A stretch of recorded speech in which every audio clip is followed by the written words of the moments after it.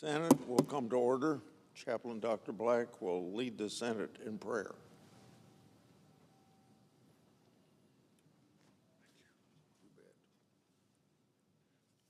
Let us pray.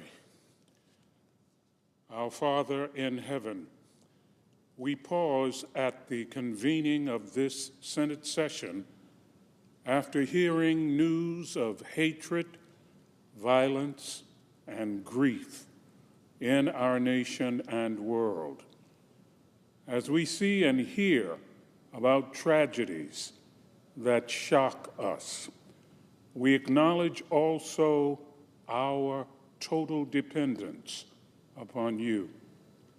Lord, we're aware of the fragile and temporary nature of our earthly pilgrimage and look to you, the changeless one, to guide our steps.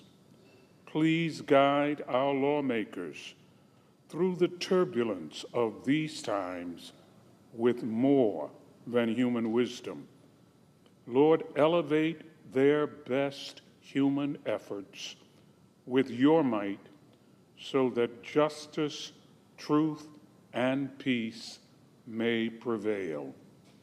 We pray in your matchless name. Amen. Thank you. Will you please join me in the pledge? I pledge allegiance to the flag of the United States of America and to the republic for which it stands, one nation under God, indivisible, with liberty and justice for all.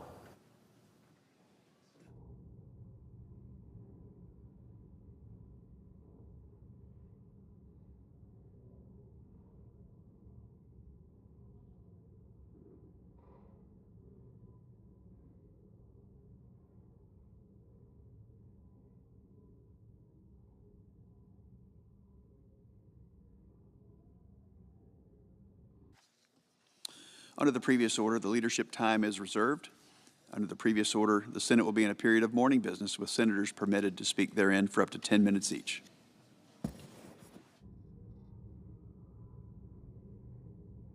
President, Senator from Iowa.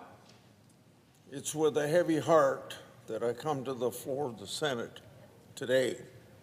Over the weekend, on December the 13th, 2 members of the Iowa National Guard, alongside a civilian interpreter, were killed by ISIS terrorists in Syria.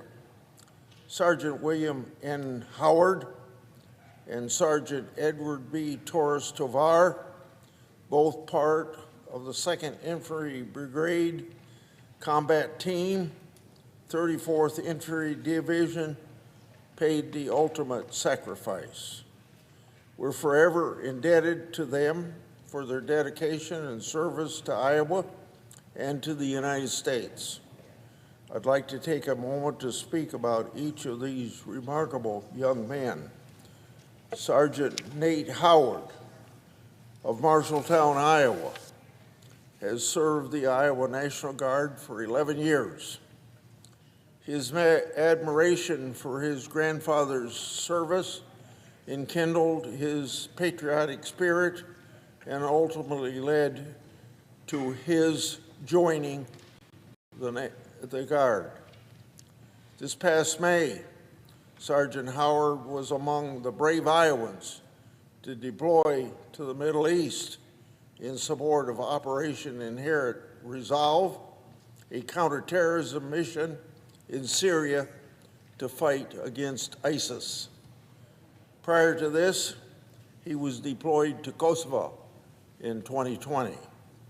Sergeant Howard is a graduate of Marshalltown High School and worked as a laser engraving specialist at a company in his hometown before answering the call to service.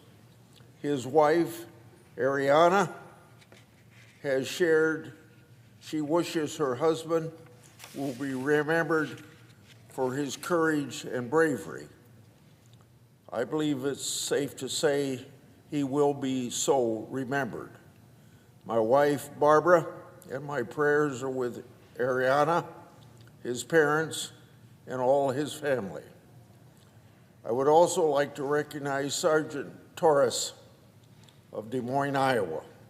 Sergeant Torres was deployed in the Middle East in support of Operation Inherent Resolve. A dedicated patriot, he served in Kosovo prior to his deployment to the Middle East. Sergeant Edgar Torres was the first person from his family to serve in the United States military. His family and fellow service members describe him as a selfless individual who put others before himself and cared deeply for his family. Barbara and I, our hearts and prayers are with his family and loved ones. Until Saturday, which was also the 339th birthday of National Guards, it has been over a decade since we have lost an Iowan in combat. Our prayers for continued safety are with many Iowans and Americans abroad, including those who remain in the Middle East to combat the evils of terrorism and stand as a symbol of freedom and hope. The loss of these lives is an unfortunate reminder of the dangers of terrorism that are ever present. The United States must continue to strengthen our ability to combat the horrors of terrorism while preserving the liberties that make our country special. I once again extend my gratitude to Sergeant Howard and Sergeant Torres, who served with honor, and my deepest condolences to their families. I yield.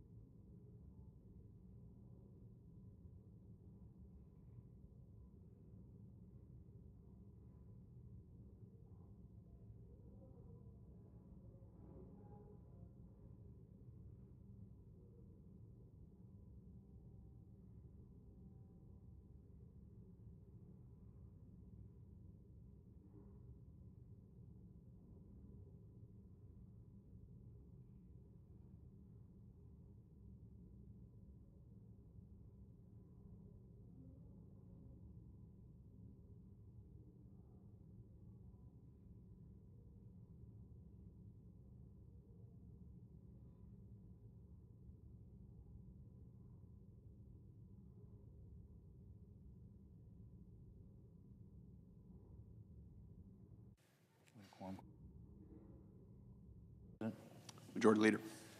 Mr. President, it's been a busy year here in the United States Senate. The new Republican majority has been working hard to deliver on our promises to the American people.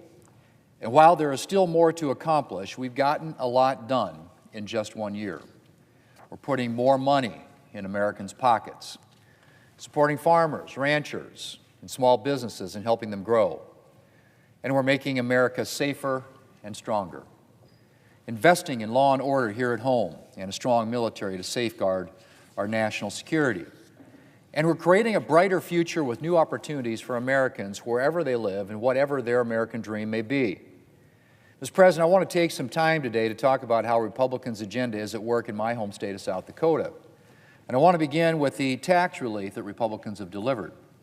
Whether I'm visiting a small business in Isabel, South Dakota, or talking to farmers at Dakota Fest, higher prices are a concern for South Dakotans, as they are for many Americans. And affordability begins with more money in your pocket, which is exactly what Republicans have delivered with the working families tax cuts. Mr. President, if Congress failed to act this year, a typical family in South Dakota would have had less money in their budget. They would have been looking at a $2,500 tax hike next year. A typical farm would have seen a $5,000 tax hike. And tens of thousands of small businesses would have seen their taxes go up as well. Republicans were determined not to let that happen. And thanks to the working families tax cuts, which we passed in July as part of the One Big Beautiful Bill, South Dakotans won't see a tax hike next year. Instead, they'll start seeing tax relief in the new year when the new tax law takes effect. They'll be able to take advantage of a larger child tax credit, a bigger standard deduction, and a bonus deduction for seniors this tax season. They'll see larger tax refunds come April, and they can expect that to be the new normal because the working families tax cuts deliver permanent, Mr. President, permanent tax relief. That's right. No tax hike next year, no tax hike ever. The working families aren't the only ones who will be benefiting from tax permanence. Thanks to Republicans' tax cuts, farmers, ranchers, and small business owners can also look forward to having more breathing room in their budgets next year.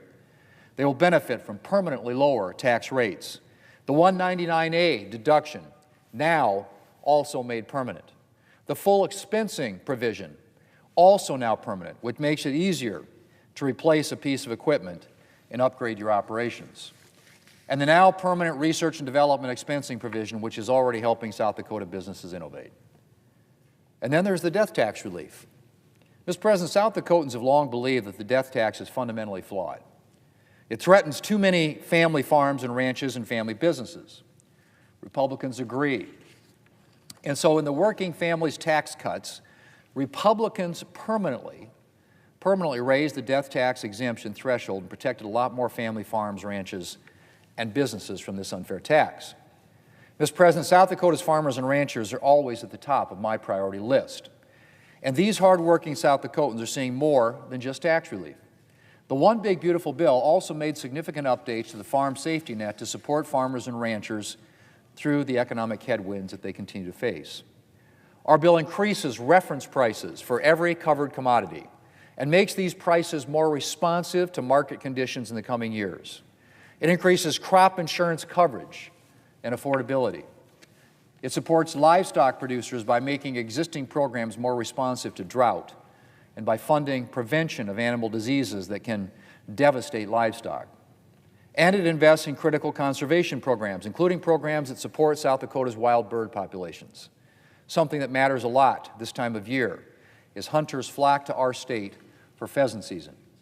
Mr. President, Republicans also made the agricultural appropriations bill a priority. This year's bill, which was signed into law in November, supports agricultural research programs and facilitates marketing U.S. ag products both domestically and internationally. And it also provides robust funding for the Farm Service Agency, which producers depend on to access the programs that keep their operations running smoothly. Mr. President, we're not just strengthening farms and ranches, we're also working to support rural communities in South Dakota and across the country. The needs of rural areas look a little different from other places' needs, and they've received due attention from the new Republican majority this year. As I said, we prioritized the Ag Appropriations Bill, which delivered significant funding for rural broadband. And I've worked with the Trump administration to deliver internet access to unserved areas. And then there's health care. Mr. President, folks whose home in a rural area know simply accessing a doctor or emergency room can be challenging. And that's all the more true with the troubling trend of rural hospital closures over the last several years. And with the One Big Beautiful Bill, Republicans have taken action to support rural hospitals. All 50 states have now applied for funding from the One Big Beautiful Bill's Rural Health Transformation Program, including South Dakota. And South Dakota intends to address some key priorities with this funding. The state is looking to recruit healthcare professionals to rural areas and to train professionals for rural needs, incentivize regional hubs for emergency services and maternal health, and bolster healthcare facilities that serve rural parts of our state. This fund will truly be transformative for healthcare providers in South Dakota and other rural areas across the country. We also used the One Big Beautiful Bill to repeal a burdensome staffing regulation that would have threatened the viability of a number of South Dakota nursing homes. The Biden staffing mandate for nursing homes was unworkable in my state and in many others, and the One Big Beautiful Bill rescinded it, ensuring South Dakota nursing homes can continue serving our residents. Mr. President, there's a lot more I could talk about that we've accomplished for South Dakota this year. There are the investments in Ellsworth Air Force Base, including full funding for the B-21 mission and supporting infrastructure. There's the support for local law enforcement in the One Big Beautiful Bill and new border security resources to help stop illegal immigration and the flow of drugs across our southern border. And Ron Parsons is confirmed and back on the job as South Dakota's U.S. Attorney. We've repealed electric vehicle mandates that were simply not realistic for a state like ours, where long distances and cold weather are a fact of life. The Biden administration's WOTUS rule has been repealed as well, saving farmers and ranchers some massive compliance costs. And we're even doing our part, Mr. President, to keep the pheasant population in our state strong. Mr. President, I come here every day to work for South Dakota, and we've done a lot this year that South Dakotans can be happy about. But it's not just my state, Mr. President. Republicans' agenda is supporting Americans in all 50 states. We're working to make America safer and more secure, put more money in Americans' pockets, and create new opportunities for a brighter future. And Mr. President, we're keeping our foot on the gas. Mr. President, I yield the floor, and I suggest the absence of quorum. Clerk will call the roll. Ms. Alston-Brooks.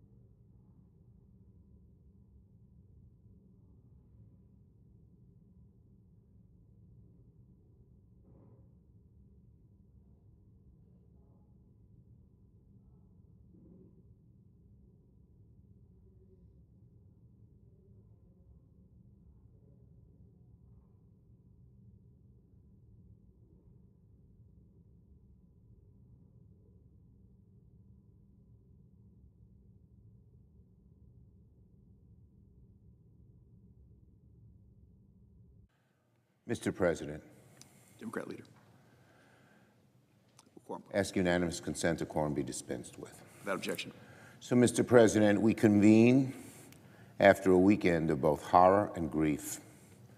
Saturday afternoon, as students were studying for finals, a masked gunman opened fire inside a classroom at Brown University. 9 students were injured, 2 were killed. The victims were not even 20 years old. This is every father and every mother's worst nightmare. For now, the shooter remains at large, and we urge residents in the area to listen to guidance from local law enforcement. Then, just a few hours later, on the first night of Hanukkah, on a popular beach in Sydney, Australia, two terrorists opened fire on Jewish Australians gathered in celebration. At least 15 were killed, another 29 injured.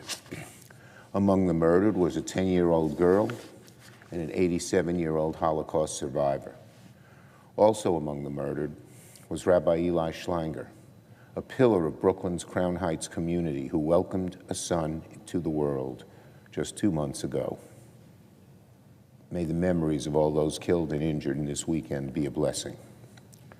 I have warned repeatedly that anti-Semitism is a scourge around the world that must be condemned loudly and fought vigorously at every turn. The Jewish people have been collectively demonized, increasingly so in the last few years.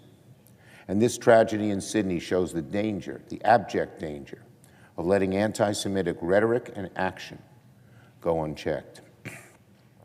So those of us in elected office have a responsibility to speak out against anti-Semitic rhetoric and conduct wherever it arises, whenever it arises. And separately, Congress must also take action against another poison of our age, that of rampant gun violence. Australia is no stranger to gun safety legislation. They famously took strong action in the 1990s and saw gun violence plummet.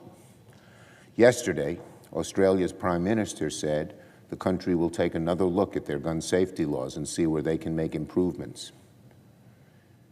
If Australia can find courage to act after a tragedy like the one in Bondi Beach, Congress should certainly find the will to act after a tragedy like the one at Brown University.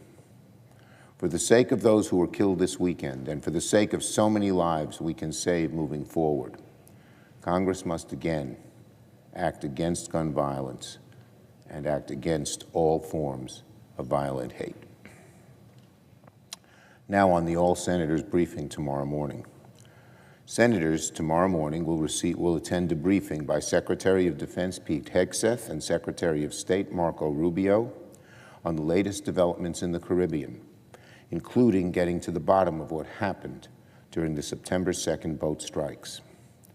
I've been calling on Secretary Rubio to provide an all senators briefing on these important topics since October, and I'm pleased he has finally heeded our call. I expect him and Secretary Hegseth to come tomorrow prepared to answer tough questions from senators about what exactly is going on with our forces in the territory surrounding Venezuela. The Senate also demands to see the full and unedited tape showing exactly what happened during strikes on the alleged drug boat on September the 2nd. Last week, I asked the Secretary of Defense point blank if he would provide the video of the boat strikes to every senator. A simple yes from Secretary Hegseth would have been sufficient, because frankly, asking for the tapes is not a crazy request. It's basic oversight, something senators are certainly entitled to see. It's part of our responsibility as senators. But the Secretary hedged and said he needed more time to study this issue. More time? More time to study exactly what? It's been 3 months. What the hell is there to study? What is there to study? I made this request to the Secretary a week ago, and to date, he still not has provided the access to all senators. So ahead of tomorrow's briefing, we need to be clear about one thing. Every single member is entitled to see the full, unedited video of what happened during the series of strikes on September the 2nd. Anything less than full access for every senator would be unacceptable. And if Secretary Hegseth continues to conceal the truth, then what exactly is he trying to hide? Maybe he needs more time to study what he should hide and what he shouldn't hide. That would be totally wrong, inappropriate, and dishonest. And we also need immediate answers about what on earth Donald Trump is planning to do in Venezuela. You get different answers all the time, and no clear understanding by the American people of what he's up to and what his goal is, how far he will go. Will he get us into an endless war? We have thousands of troops in our largest aircraft carrier in the Caribbean, but zero explanation for what Donald Trump is trying to accomplish. Americans do not want to get our troops ensnared in another endless war. And the risk for war will only get worse the more belligerent Donald Trump acts off the coast of South America. Just this weekend, a U.S. Air Force tanker jet had a near midair collision with a JetBlue Airbus flying to the United States. The Air Force tanker reportedly did not have its transponder on, of all things, and flew right through the Airbus's flight path, forcing it to climb to avoid a crash, a near miss. The near miss with this commercial flight should serve as a warning. All it takes is one accident, one moment of miscommunication with Venezuela, and things can spin out of control in an instant. That's exactly what American people do not want to see. We have seen that happen in the past. That one incident can lead to an endless war. So tomorrow, Secretaries Rubio and Hegseth owe senators some pretty big answers to some very important questions about what is happening in the Caribbean, what are their goals, what are their plans, what are their limits. Anything less than full transparency and candor from the two secretaries will be unacceptable to the Senate and to the American people. Now on my 62-county tour and the costs of health care. Well, today's a special day for me as I completed my annual 62-county tour. Every year I visit every one of New York's 62 counties, and today's 62nd county was Columbia County with a visit to the Ooms Dairy Farm in Columbia County. When I first ran for the Senate, I promised New Yorkers I'd visit every single county at least once a year, and I've kept that promise up for 27 years. This is the 27th year I've had that tour. I love it today just as much as I loved it then. You learn so much. You see people face to face, sitting behind a desk, just answering the phone. That doesn't suffice if you want to be a good senator. You have to get out there, meet people, shake hands, hear about their concerns, hear about their anguish, hear about their happiness and joys. And that's what I do in every county. And New York's a tremendously diverse state. We have one of the largest rural populations in America. Our upstate cities are like Midwestern cities, and of course we have New York City and its suburbs, the largest metropolis in the country. So I get to see and learn everything. I consider what I do, visiting each county, a work requirement. I can't do my job if I don't talk to New Yorkers face to face and see firsthand what's going on with them every single day. Now I have to say this, Mr. President. This year's 62 county was somewhat different than the ones in the past. This year, I've heard from New Yorkers in every corner of the state, in every profession and every age, every race, creed, color, gender, preference, about the rising cost of living. It was a universal chorus of complaint that our country is not doing enough about the cost of living. Every county I visited, all 62, had the same story. People are struggling to pay for the things they need. Some of their worst moments are simply sitting around the dinner table after Friday evening dinner and saying, how are we going to pay this bill? Maybe we should pay this one, not that one. Do without this, do without that. And for families with children, it's particularly hard when their kids need things that will be good for them and they can't afford them. Here are some instances. I met so many. A man named Thomas, the owner of a beautiful brewery, 1812 Brewery in Watertown, New York, on the shores of Lake Ontario, where the War of 1812 was fought. His beer was taken off the shelves in Canada because of Donald Trump's stupidity in name-calling the Canadians. In northern New York, we've had a great border, a peaceful, wonderful, prosperous border between Canada and New York. Trump just about destroyed it in a minute with some jerky comment that he always typically makes. Well, Thomas's costs have gone up in his brewery, in addition to the anger of the Canadians not buying his beer. Tariffs have made it more expensive for him to both can his beer and buy the grain he needs to brew his beautiful product. And I met scores of business people like Thomas, some of whom had gone out of business, a chocolatier who just loved making her chocolates but could no longer afford it, had to fire the people who had worked so hard in her company.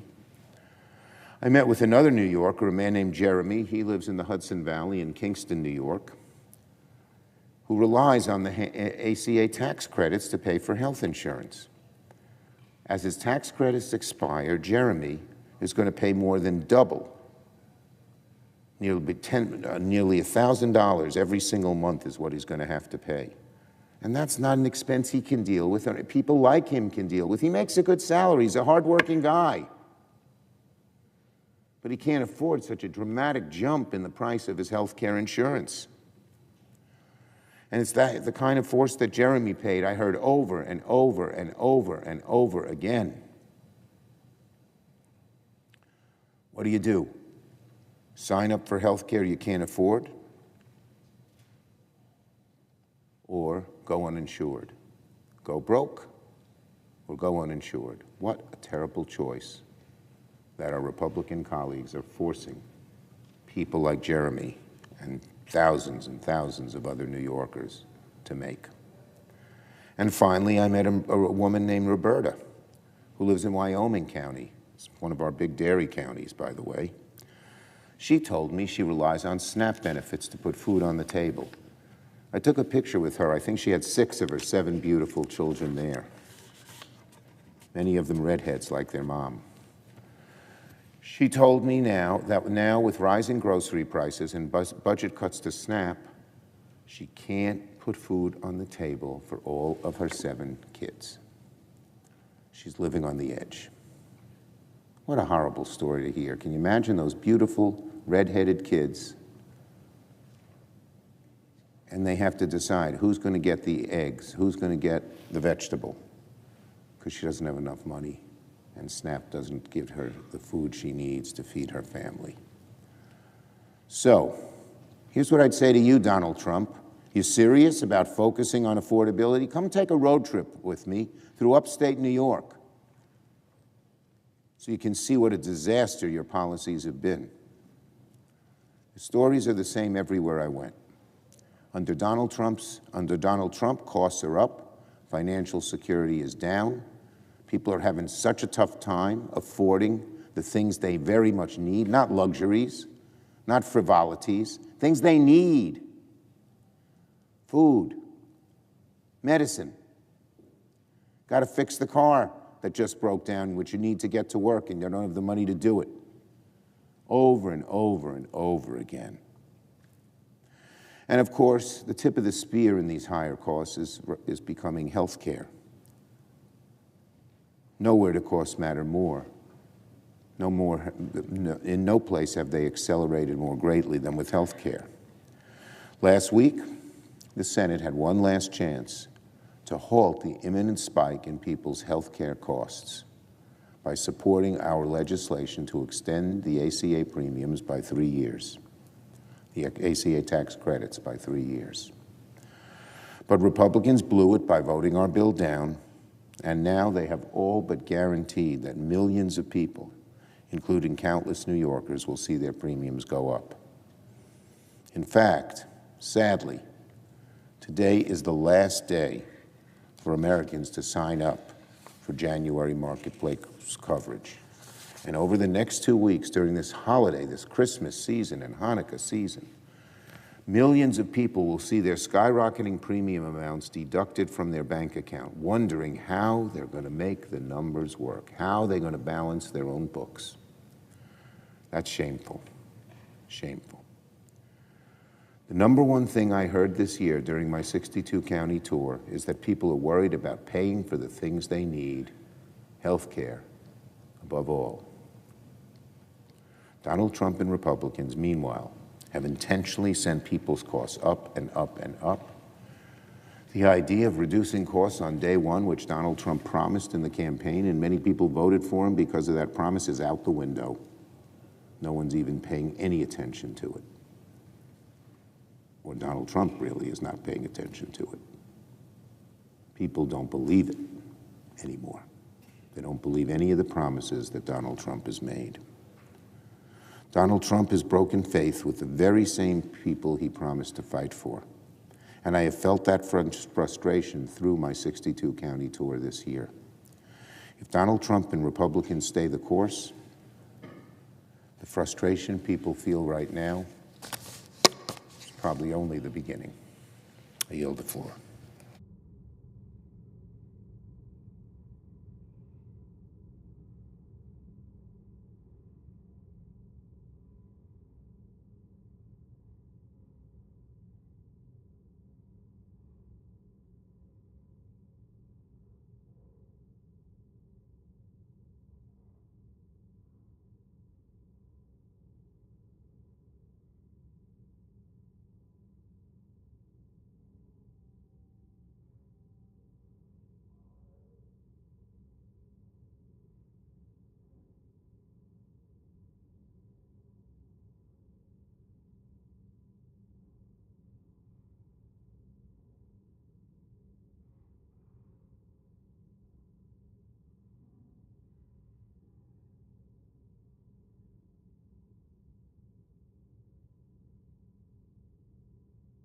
Mr. President.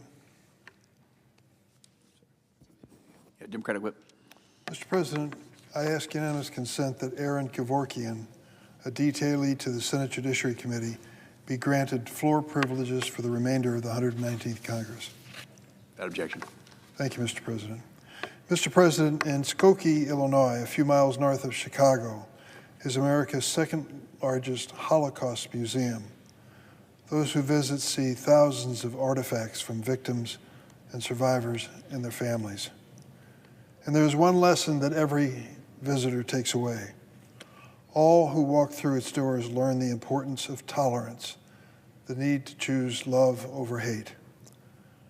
I've been reflecting on this lesson in the wake of two awful acts of violence that took place this past weekend. On Sunday night in Australia, hundreds of people gathered at Bondi Beach to celebrate the first night of Hanukkah. Two men opened fire on the crowd. The attendees at Bondi Beach were targeted simply for one reason. They were Jewish, and they were out to celebrate their faith. At least 15 people were killed, dozens more were injured. I'm offering my prayers for the victims and their families. I'm thankful for the heroic actions of both first responders and civilians in that gunman's rampage. This act of horrific violence is a grim reminder that we cannot stop combating anti-Semitism. This tragedy occurred just hours after Brown University in Providence, Rhode Island, here in the United States, experienced its own mass shooting. In the aftermath of these two tragedies, I am in awe of the bravery and sacrifice displayed by those caught up in the attacks. One of them, Ahmed al-Ahmed, tackled one of the shooters at Bondi Beach in Australia, saving countless lives. He's now going through surgery, and I wish him a swift and full recovery. Another, Spencer Yang, after being shot in the leg at the beach, continued to help one of his fellow students at Brown hide from the gunman. To Spencer, too, I wish full and swift recovery. Ahmed, Spencer, and countless others should never be put in these unimaginable situations. And yet their selfless acts in the face of such violence are the ultimate demonstration of love, a willingness to risk their own lives to save a stranger. As we seek to address the scourge of anti-Semitism and gun violence, may we act in the path of these brave bystanders who in crisis chose humanity and love over violence and hate. And Mr. President, in an unrelated matter, America's health system is in a critical condition. In 17 days, 22 million Americans will be asked to pay double or triple their current health insurance premium. Rural hospitals will be facing closure. Small businesses won't be able to cover expenses. And more than 4 million Americans will lose their insurance if we fail to do anything in Congress. Last Thursday, Senate Democrats put forward a bill to prevent this catastrophe. Our bill would have provided a clean extension of the Affordable Care Act's enhanced premium tax credits, which 22 million Americans rely on to help them pay their insurance premiums. These credits expire at the end of this year, but too many Senate Republicans voted against extending them.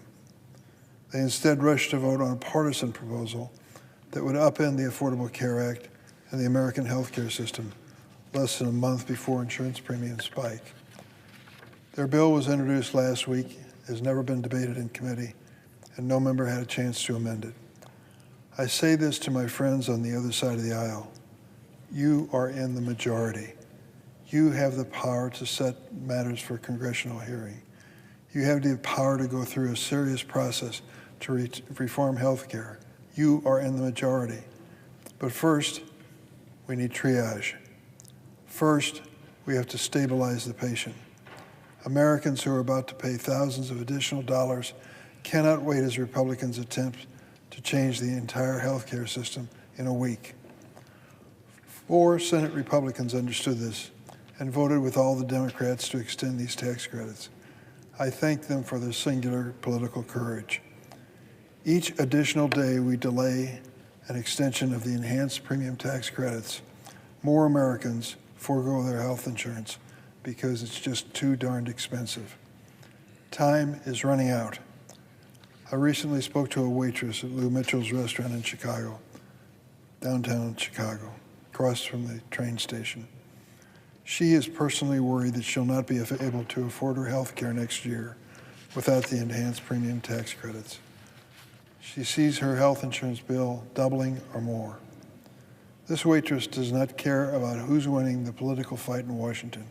She cares about whether her and her family can pay for their doctor's appointments and medications. I want to go back to that restaurant soon and tell my friend that the Senate did something to help her. We can help her so long as we act on a bipartisan basis. If you don't like our proposal for a clean 3-year extension, counter with a reasonable offer. Show that there's a beating heart that cares to address the real problems Americans face. Let us come together and give American families the gift of health coverage they can afford for Christmas. Mr. President, I also want to draw attention to the crisis surrounding medical research in this country, created entirely by this new Trump administration. 10 years ago, I met with Dr. Francis Collins, then the director of the National Institutes of Health, the world's premier biomedical research agency. I admired his work so much, I asked him what I could do to help. He said, if you can provide a 5% increase to NIH medical research budget year after year, we'll light up the scoreboard. So I took that message and went back to Congress.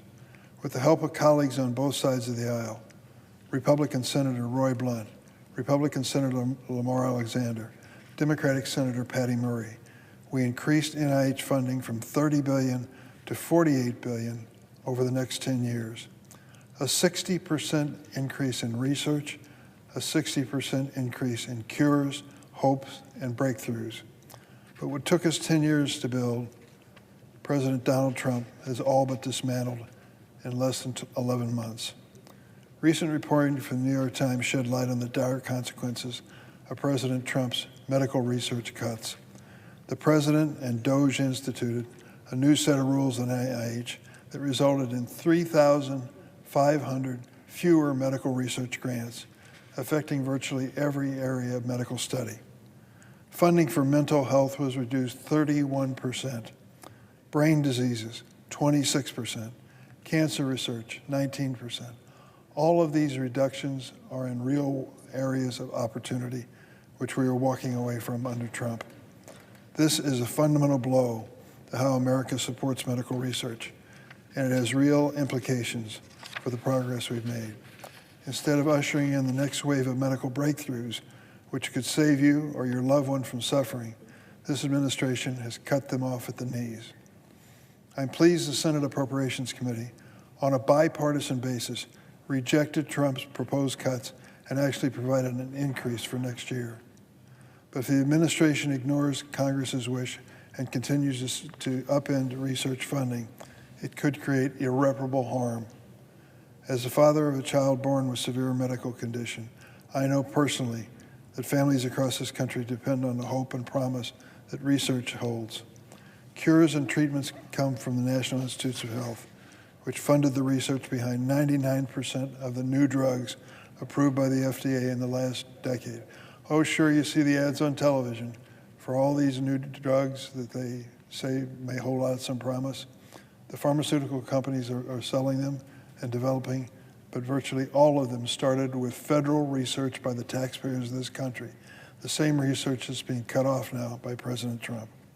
So when Donald Trump handicaps NIH works, he's telling patients, your cure can wait. Our communities will feel the pain of this change too. Our universities, not just in blue states, but in every state, great research institutions in Alabama, Kansas, Louisiana, Oklahoma, will be unable to pursue more cures. Our hospitals, already scaling back operation thanks to budget cuts and the president's so-called big beautiful budget bill, will be forced to diminish services even more.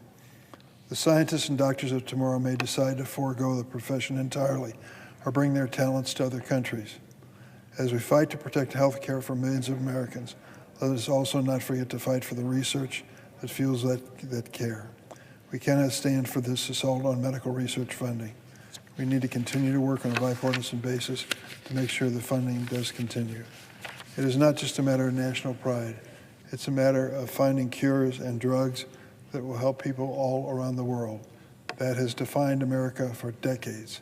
We can't let the Trump administration kill off medical research and kill off that dream that people keep alive every single day. Mr. President, I yield the floor.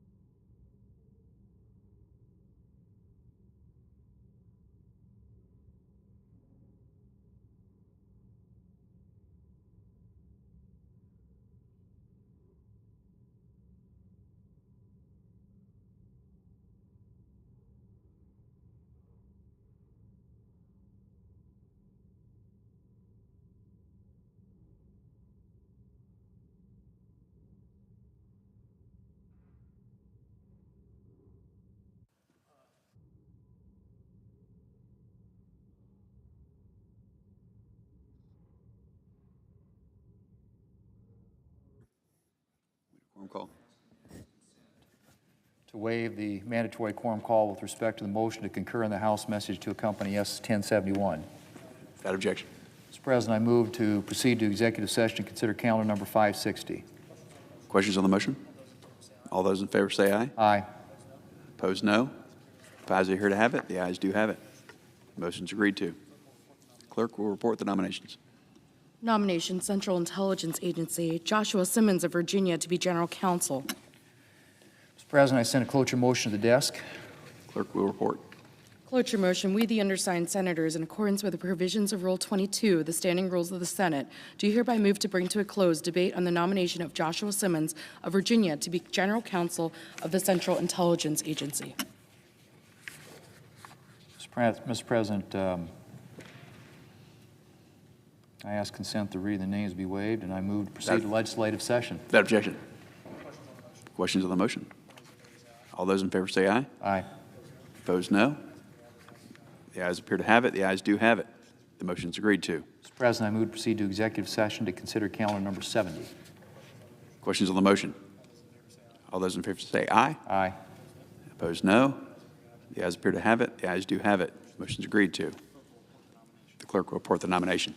Nomination, Department of Defense, Keith Bass of Texas to be an Assistant Secretary. Mr. President, I send a cloture motion to the desk. Madam President, I The send a clerk will cloture report. motion to the desk. Cloture motion, we the undersigned senators, in accordance with the provisions of Rule 22, the standing rules of the Senate, do hereby move to bring to a close debate on the nomination of Keith Bass of Texas to be an Assistant Secretary of Defense, signed by 17 senators, as follows. Madam President, I ask consent to reading the names be waived, Without objection. and I move to proceed to legislative session. The questions on the motion? All those in favor say aye. Aye. Opposed, no. The ayes appear to have it. The ayes do have it. The motion is agreed to. Madam President, I move to proceed to executive session to consider calendar number 574. The questions on the motion? All those in favor say aye. Aye. All those opposed, no. The ayes appear to have it. The ayes do have it. The motion is agreed to. The clerk will report the nomination. Nomination, the Judiciary, Alexander C. Van Hook of Louisiana to be United States District Judge for the Western District of Louisiana. Madam President, I send a cloture motion to the desk. The clerk will report. Cloture motion, we the undersigned senators, in accordance with the provisions of Rule 22, the standing rules of the Senate, do hereby move to bring to a close debate on the nomination of Alexander C. Van Hook of Louisiana to be United States District Judge for the Western District of Louisiana, signed by 17 senators, as follows. Madam President, I ask consent to reading the names be waived, Without objection. and I move to proceed to legislative session. The questions on the motion? All those in favor say aye. Aye. Opposed, no. The ayes appear to have it. The ayes do have it. The motion is agreed to. Madam President, I move to proceed to executive session and consider calendar number 476. The questions on the motion? All those in favor say aye. Aye. All those opposed, no. The ayes appear to have it. The ayes do have it. The motion is agreed to. The clerk will report the nomination. Nomination, Executive Office of the President, Sarah Bailey of Texas to be Director of National Drug Control Policy. Madam President, I send a cloture motion to the desk. The clerk will report.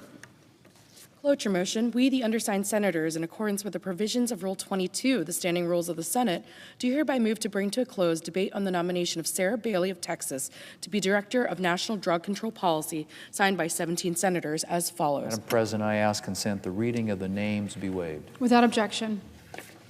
No quorum's fine. Bud's about to speak. Oh, yeah. Yeah, so you can just yield the floor.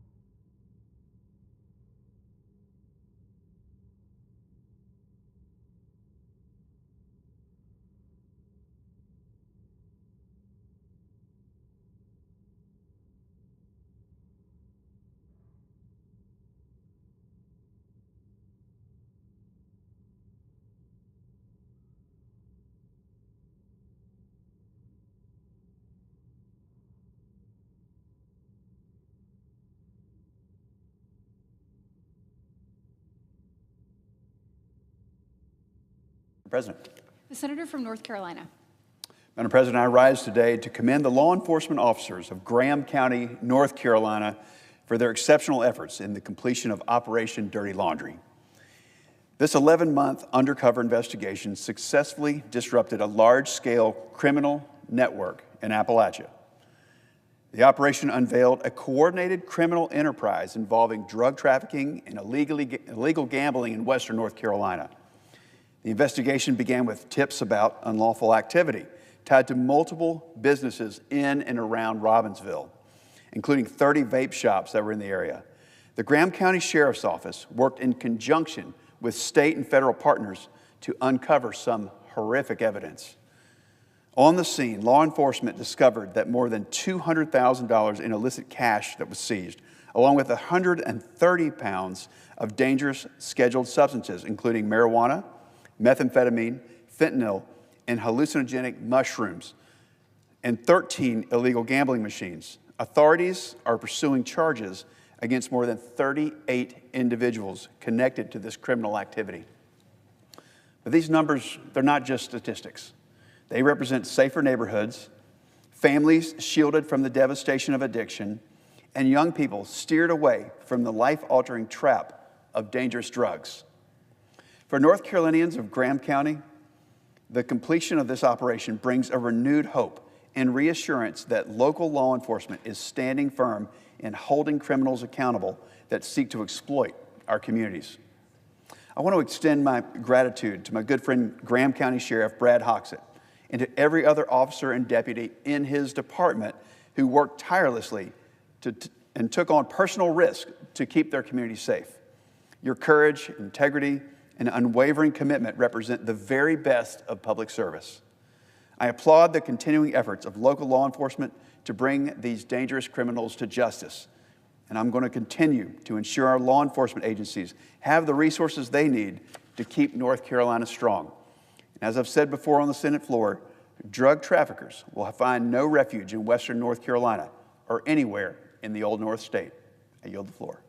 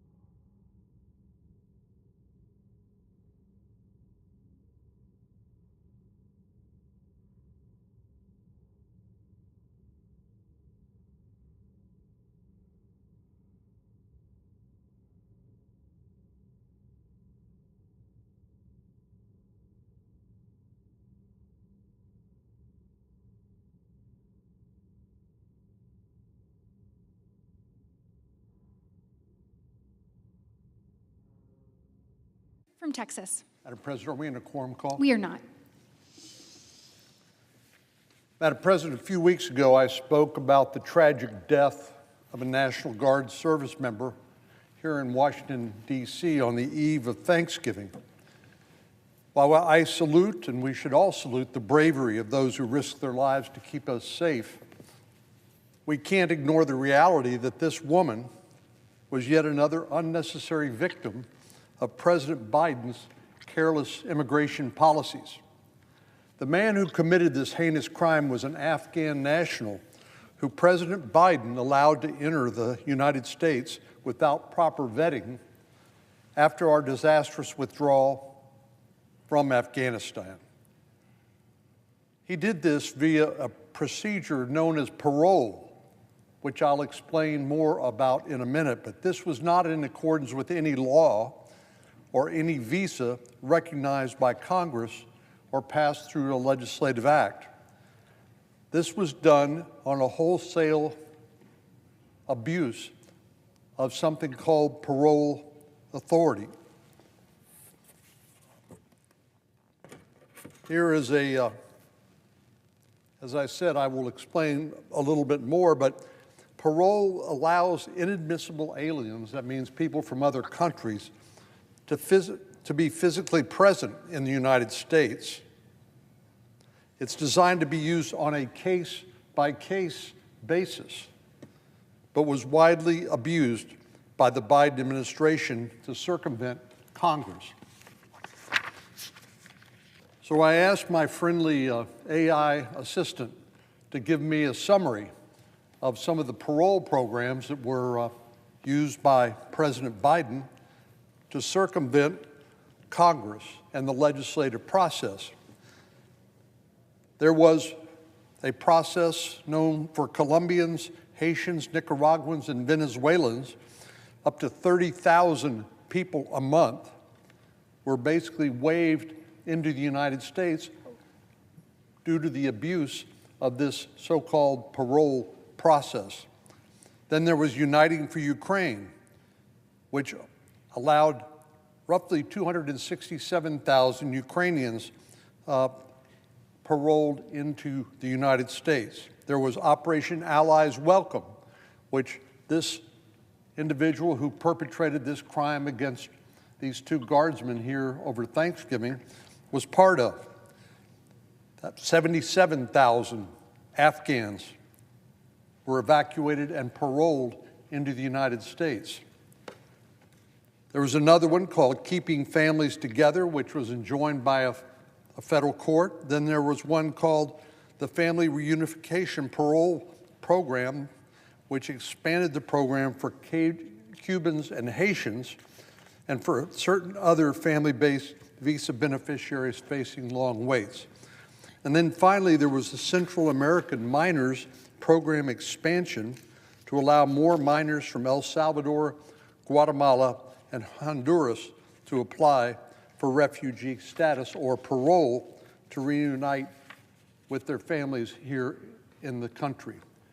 So the point is, by abusing the parole process that's supposed to be used on a case-by-case basis, President Biden waved through, gave them essentially an easy pass into the United States, about 1 million people from foreign countries. And this particular shooter who killed one National Guardsman and injured another was a product of this parole program, the one that happened to do with Afghans, but that was just a piece of a larger puzzle of 1 million illegal immigrants admitted to the United States through the parole program by Joe Biden because he wanted to circumvent Congress.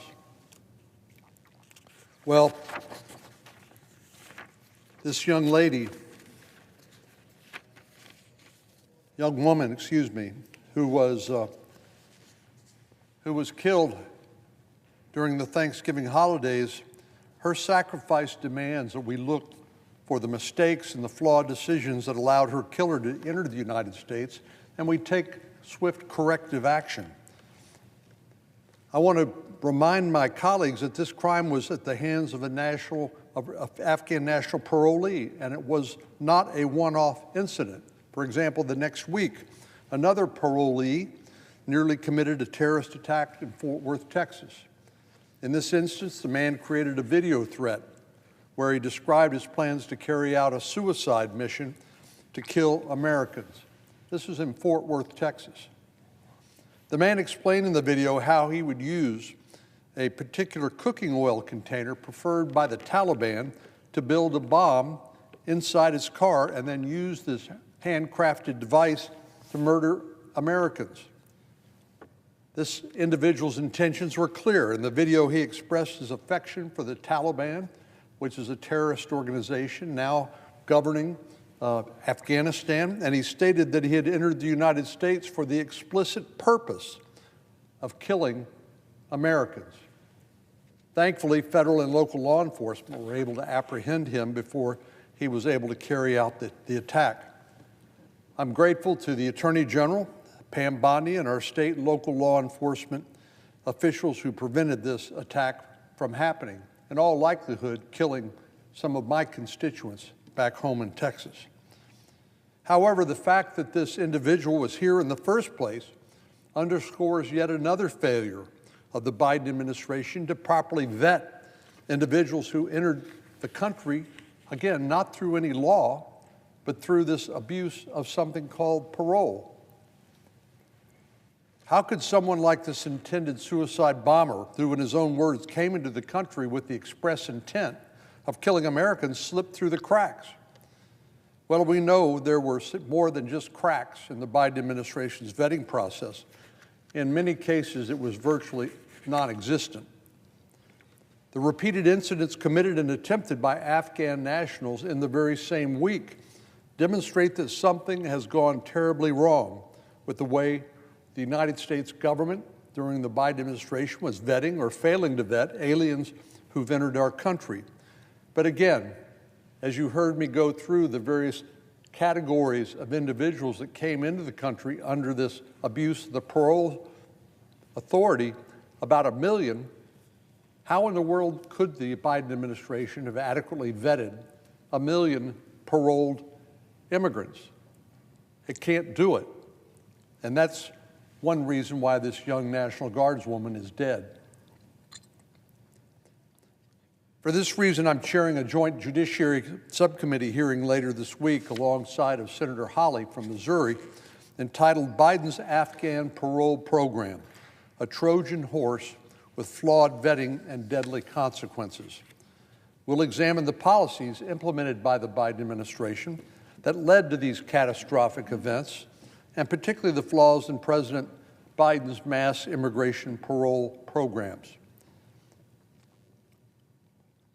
As I said earlier, parole, ordinarily we would think about it's in a criminal law context, somebody who's gone to prison who then is paroled. But this is a totally different term used in immigration and essentially constituting an easy pass, waving people into the country without the normal procedures. The U.S. Citizenship and Immigration Service defines the word parole as the discretionary decision to allow inadmissible aliens who are not admitted to the United States to be physically present. In other words, these individuals are ostensibly physically present legally, but they are not admitted for purposes of immigration.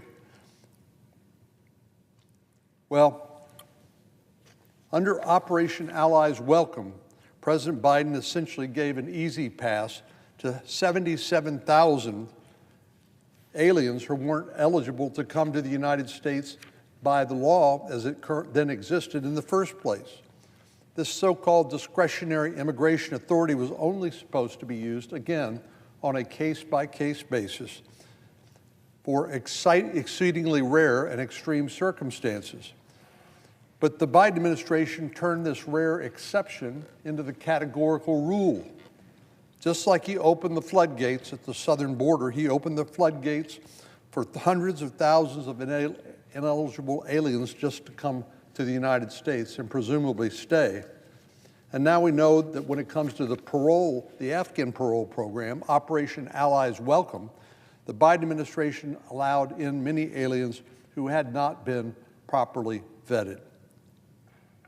I would venture to say, Madam President, that the man who drove across the country to murder one of our National Guard service members and the man who threatened to carry out the suicide mission in Fort Worth were not eligible to enter the United States.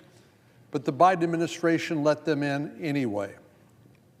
And as we will learn at the hearing, in most, if not all cases, we quite literally did not know who these people were. Many of them could not say where they were born. Many of them did not speak English. And in some cases, they did not even know their own last name. I know that's hard to imagine, but it's true. And many of them were coming from a country whose government was literally run by a terrorist organization, the Taliban. Consequently, it's quite possible that some of these aliens had previously committed acts of terror or had ties to terror groups. The lack of information on these parolees also raises the possibility of a preliminary background check coming across as clean, because there simply wasn't enough information available to know whether this person was a safety risk or not. In this week's hearing, we'll learn more about this and other problems with President Biden's mass parole of Afghan nationals into the United States. We'll hear expert witnesses, including Deputy Inspectors General from the Department of State and the U.S. Department of Homeland Security, as well as researchers and advocates who will help shine a light on the missteps of the Biden administration and hopefully the lessons we should learn from those mistakes. The American people deserve to live in a country where they're safe from criminal aliens and terrorist sympathizers, and they deserve answers about what the Biden administration did or did not do to make their life more risky and more dangerous by abusing this so-called parole authority. We must expose the previous administration's mistakes so we can learn from those, and together we can ensure that the awful tragedy that happened on November the 26th will not happen again. Madam President, I yield the floor. And I note the absence of a quorum. The clerk will call the roll. Ms. Alsobrooks.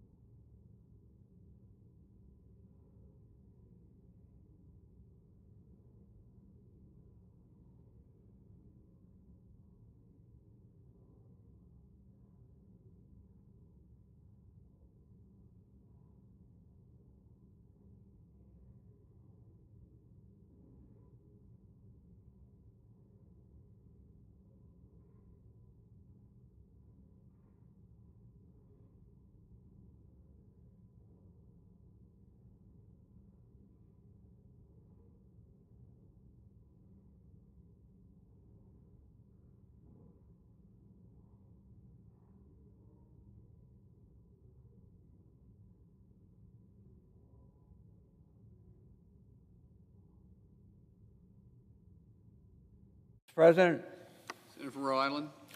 Mr. President, I ask unanimous consent to dispense with the calling of the quorum. Without objection. Thank you, Mr. President. I am here with Senator Whitehouse and Senator Britt from Alabama to recognize the victims of a terrible, heartbreaking mass shooting that took place at Brown University in Providence over the weekend. 2 young people were killed and 9 were wounded when a gunman opened fire on a classroom full of college students studying for their finals. We will mourn the victims at a later date, but we will soon, all of us, humbly request a moment of silence for sophomore Ella Cook of Alabama and freshman Muhammad Aziz Umar Zokov of Virginia. These 2 talented, promising young people had their lives tragically cut short. We are thinking of them and all the victims and to the broader Brown University community. We send our love and support to their families and loved ones. They are dealing with the unimaginable, and we will continue to support them. Before I ask us to observe a moment of silence, I would like to turn to my colleagues for some brief remarks. And I yield the floor to Senator Whitehouse. Mr. President. Senators recognized. I'm honored to join our senior senator as he calls for a moment of silence to share in the sorrow of the families who lost their young college student children to this tragedy. And I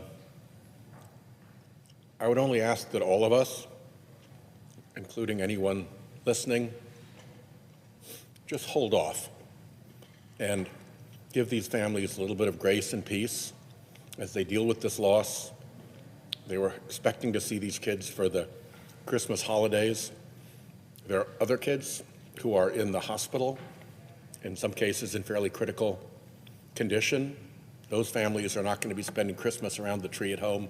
They're going to be spending Christmas in a state away from home where their children are in their hospital room, trying to be there for them. So there's a good deal of suffering and a good deal of sorrow, and I think it's important that people not add to that with a lot of unfounded opinion and speculation about what took place. Let the investigation proceed. We will know what we need to know in due time. In the meantime, please give these families grace as they go through their grief. I yield the floor.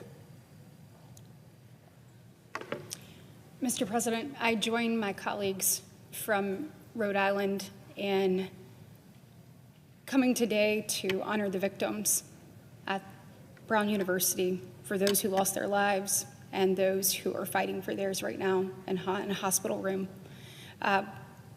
We lift up their families in prayer.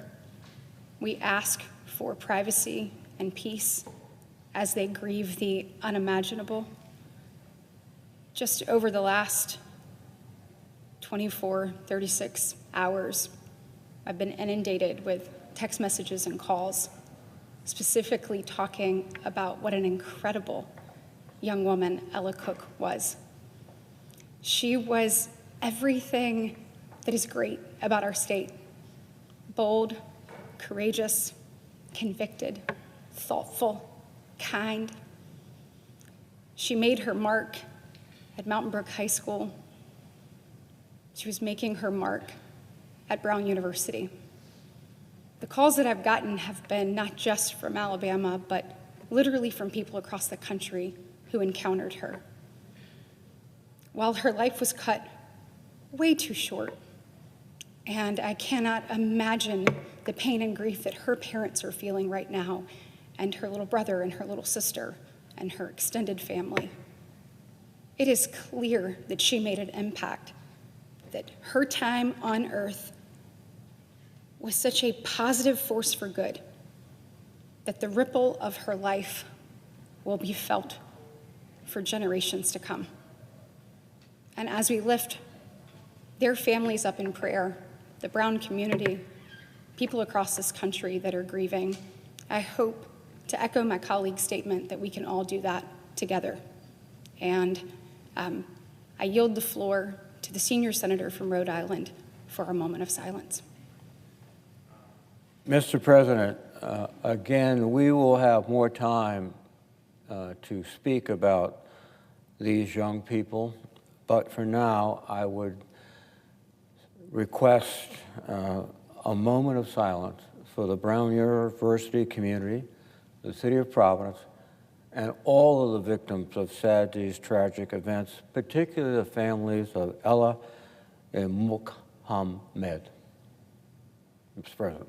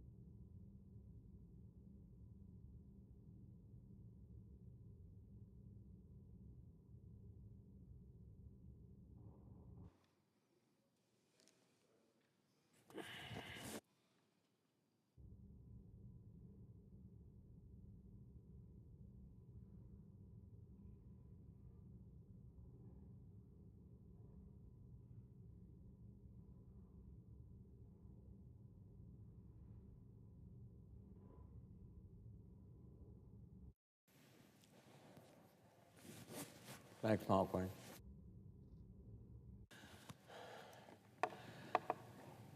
Madam President? The senator from Rhode Island. Madam President, we are about to consider the 2026 National Defense Authorization Act, and I rise to express my support for this legislation, and I'm very pleased that we will, I think, very shortly be voting on final passage of this bill. First, I would like to acknowledge Chairman Wicker, whose leadership has been crucial for the success of this bill. The hallmark of the Senate Armed Services Committee has long been bipartisanship, and I'm glad we have continued that tradition for the 65th consecutive year. I'd also like to thank my colleagues on the Armed Services Committee who helped produce this bill. We were able to adopt hundreds of amendments during the committee markup and dozens more through the floor process and floor debate. I appreciate our colleagues in the House who worked with us these past months to produce a strong bipartisan bill. This is a forward-looking defense bill, and I believe we can all support it. I am confident it will provide the Department of Defense and our military men and women with the resources they need to meet and overcome the national security threats we face. This year's defense bill addresses strategic competition with China and Russia and confronts threats posed by Iran, North Korea, violent extremists, and also natural phenomena like climate change. It authorizes significant investments in artificial intelligence, unmanned systems, and hypersonics. And it modernizes our ships, our aircraft, and our combat vehicles. Most importantly, this NDAA delivers key wins for our service members and their families. It authorizes a 3.8% pay raise and provides improved housing and barracks, additional child care assistance, and expanded programs to address traumatic brain injuries, because we understand that the key asset that we have that provides our military superiority is the men and women in the uniform of the United States. This bill reaffirms America's global role by extending the Ukraine Security Assistance Initiative and committing the Department of Defense to continue to support Ukraine. They are fighting our fight, and we must help them. It strengthens our alliances in Asia by fully funding the Pacific Defense and Deterrence Initiative and providing new authorities for cooperation with Taiwan. Importantly, the bill prohibits reductions in our force posture in Europe and the Indo-Pacific. To remain a force for peace and stability in this area, we must have effective force levels, and this legislation provides for that. And importantly, this NDAA compels the Secretary of Defense to follow the law and submit to Congress a number of reports that he has deliberately withheld. Specifically, the bill cuts off portions of the Secretary of Defense budget until he submits the execute orders and unedited videos of the boat strikes related to ongoing operations in South and Central America. The bill asserts congressional authority over several other areas the Secretary has been negligent in. These provisions are a ratification of our constitutional duties to raise an army, to supervise an army, and to ensure that the laws of the United States are followed scrupulously.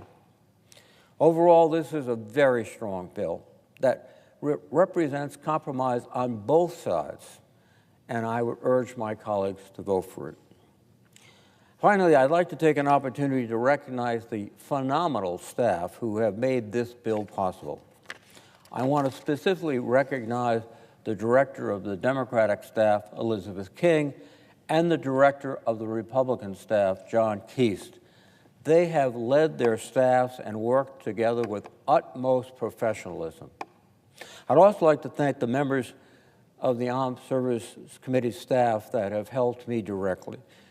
Jody Bennett, Carolyn Chuda, John Clark, Jenny Davis, Jonathan Epstein, Jory Feldman, Kevin Gates, Creighton Green, Gary Leland, Maggie McNamara Cooper, Mike Noblet, Chad Johnston, John Quirk, Andy Scott, Cole Stevens, Meredith Werner, Isabel Picciotti, Brittany Amador, Sophia Kamali, and Noah Sisk. Also, let me thank the floor staff and the leadership staff. You have been part of this process for the last several months, and you have done a remarkable job. We thank you for that very, very much. Madam President, with that, I would yield the floor.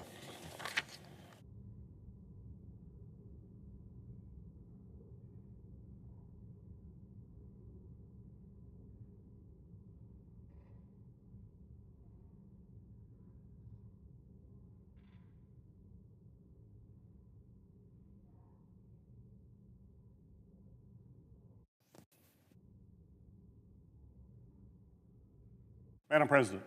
The Senator from Michigan.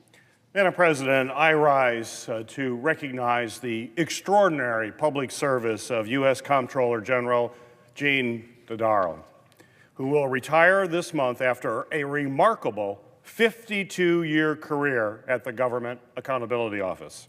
Comptroller General Dodaro spent more than half of his career in leadership roles, including 9 years as Chief Operating Officer, before his confirmation in December of 2010 as Comptroller General. And during his tenure, he has shaped GAO into the high-performing organization that we rely on every day here in Congress. Comptroller General Dodaro helped build an impressive team of scientists, cybersecurity analysts, and other experts to provide reliable and timely information to Congress on rapidly developing fields like artificial intelligence and quantum computing. He has worked with Congress across multiple administrations on major management reform initiatives, and he directed the first ever audit of the consolidated financial statements of the federal government. I can speak personally about the indispensable role that Comptroller General Dodaro and the GAO staff have played in providing support to me and to my staff, especially in my work on the Homeland Security and Governmental Affairs Committee. It's not just me that can attest to Comptroller General Dodaro's leadership. GAO is consistently ranked as one of the best places to work in federal government, a testament to the professionalism, the reliability, and the honesty that he has embodied as Comptroller General. It's absolutely critical that the next Comptroller General embody these same values. They must be professional and fair, willing to call balls and strikes regardless of which party occupies the White House. They must uphold the values of independence and nonpartisanship, and they must be ready to manage a diverse and multidisciplinary workforce. Congress relies on the GAO to help safeguard taxpayer dollars from fraud, waste, and abuse across federal programs, often seeing a return on investment of over $100 for every dollar invested in the GAO.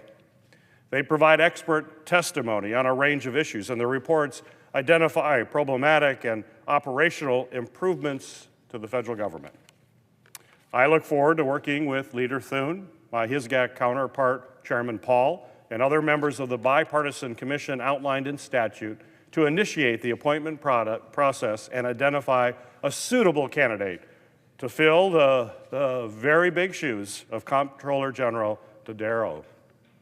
He leaves a legacy of tremendous credibility, integrity, and independence at the GAO.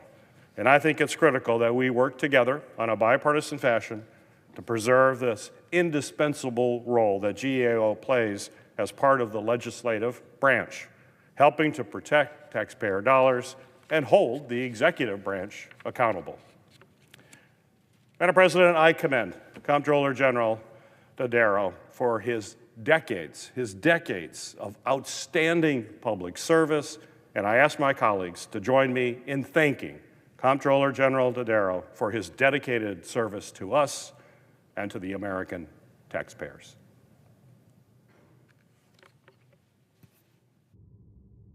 President, I yield the floor.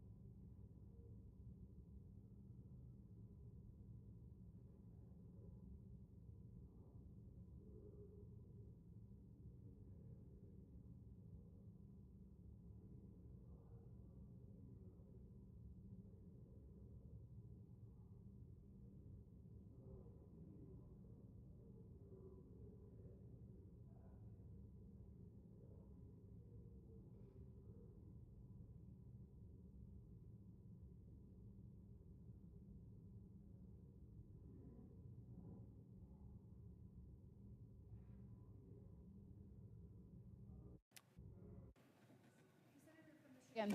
I ask unanimous consent that the previously scheduled vote start immediately. Without objection. The clerk will report the motion to invoke cloture. Cloture motion. We, the undersigned senators, in accordance with the provisions of Rule 22 of the Standing Rules of the Senate, do hereby move to bring to a close debate on the motion to concur in the House amendment to S-1071, a bill to require the Secretary of Veterans Affairs to disinter the remains of Fernando V. Cota from Fort Sam Houston National Cemetery, Texas, and for other purposes. Under the previous order, the mandatory quorum call under Rule 22 has been waived. The question is it the sense of the Senate that the debate on the motion to concur in the House amendment to S-1071, a bill to require the Secretary of Veterans Affairs to disinter the remains of Fernando V. Cota from Fort Sam Houston National Cemetery, Texas, and for other purposes shall be brought to a close. The yeas and nays are mandatory under the rule. The clerk will call the roll. Ms. Alsobrooks, Ms. Baldwin, Mr. Banks, Mr. Barrasso, Mr. Bennett, Mrs. Blackburn, Mr. Blumenthal, Ms. Blunt Rochester, Mr. Booker, Mr. Bozeman, Mrs. Britt. Aye.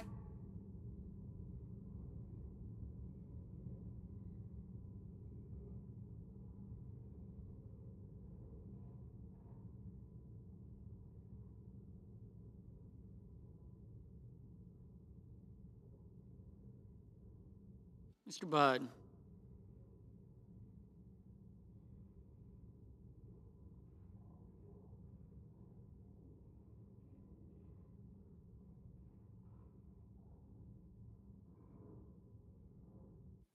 Ms. Cantwell.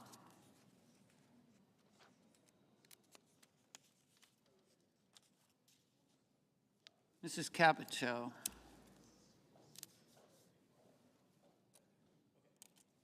Mr. Cassidy.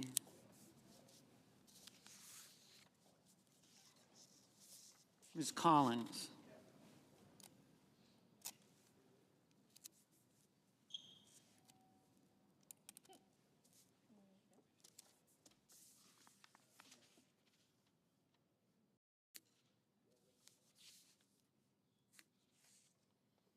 Mr. Coons.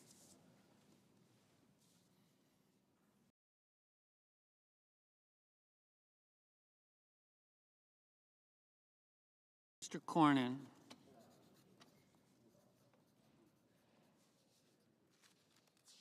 Ms. Cortez Masto.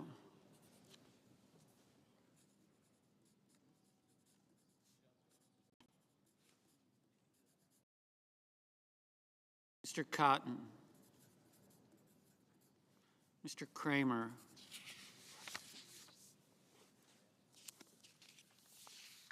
Mr. Crapo. Mr. Cruz.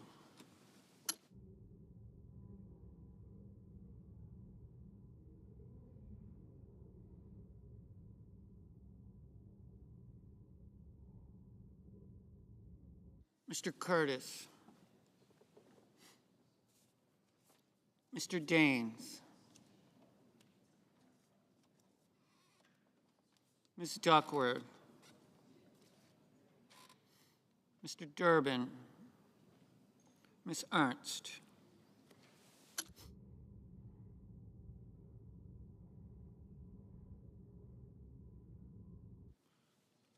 Mr. Fetterman. Mrs. Fisher. Mr. Gallego. Mrs. Gillibrand. Mr. Graham. Mr. Grassley. Mr. Haggerty. Ms. Hassan. Mr. Hawley. Mr. Heinrich.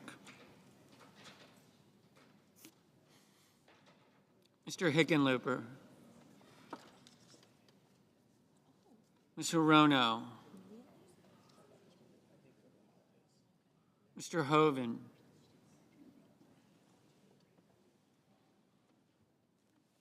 Mr. Husted. Mrs. Hyde Smith.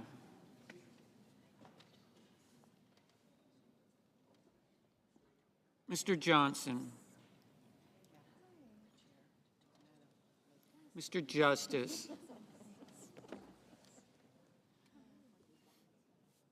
Mr. Kane. Mr. Kelly. Mr. Kennedy. Mr. Kim. Mr. King.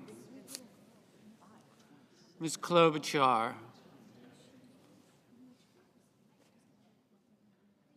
Mr. Langford. Mr. Lee.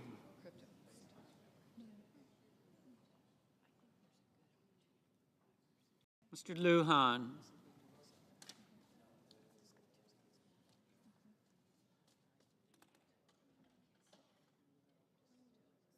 Ms. Lummis.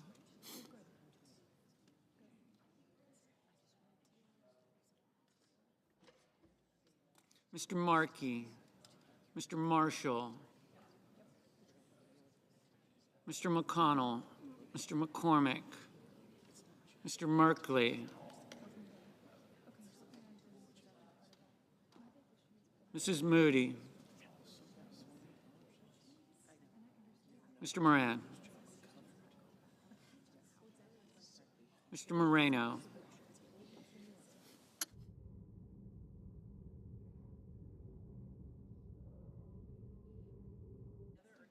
Mr. Mullen.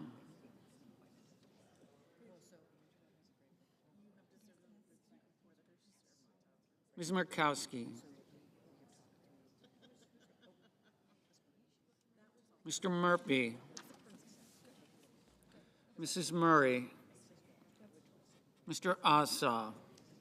Mr. Padilla. Mr. Paul. Mr. Peters. Mr. Reed. Mr. Ricketts. Mr. Risch. Ms. Rosen. Mr. Rounds. Mr. Sanders. Mr. Schatz. Mr. Schiff. Mr. Schmidt.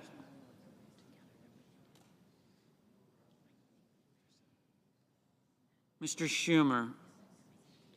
Mr. Scott of Florida. Mr. Scott of South Carolina. Mrs. Shaheen. Mr. Sheehy, Ms. Slotkin, Ms. Smith, Mr. Sullivan, Mr. Thune, Mr. Tillis, Mr. Tuberville, Mr. Van Hollen, Mr. Warner, Mr. Warnock, Ms. Warren, Mr. Welch, Mr. Whitehouse, Mr. Wicker, Mr. Wyden, Mr. Young.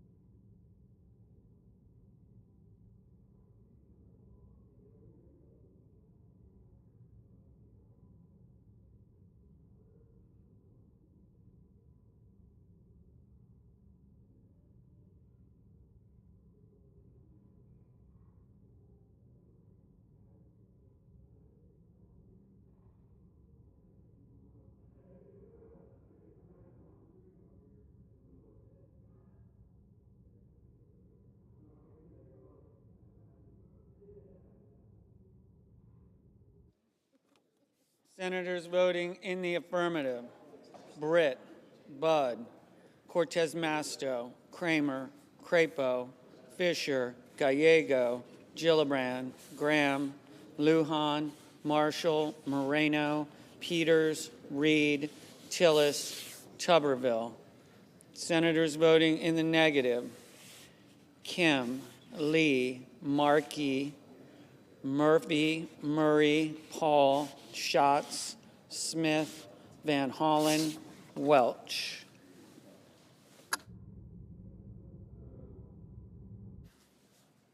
Mr. Sanders, no. Mr. Ossoff, aye. Mr.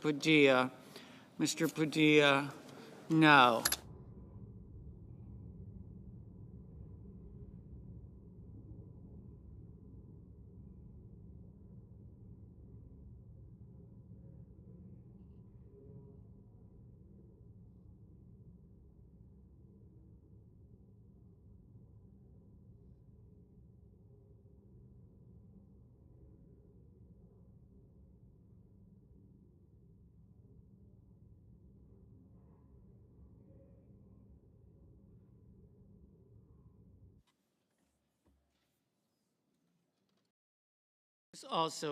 Ms. Also Brooks, aye.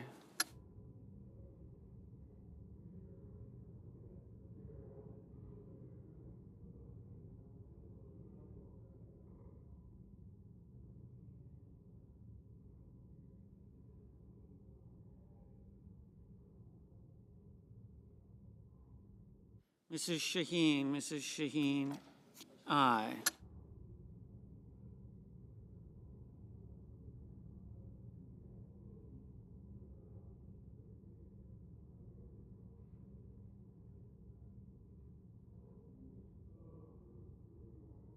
Mr. Young, aye.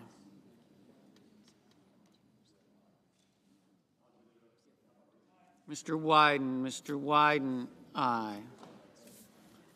Ms. Baldwin, aye. Mr. Wyden,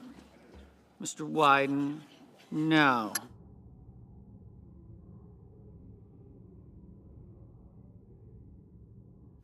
Ms. Duckworth, no.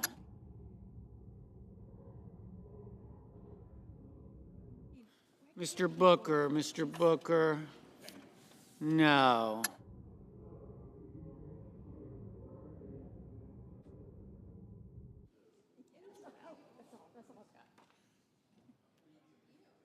Mrs. Moody, aye. Mr. Durbin, aye.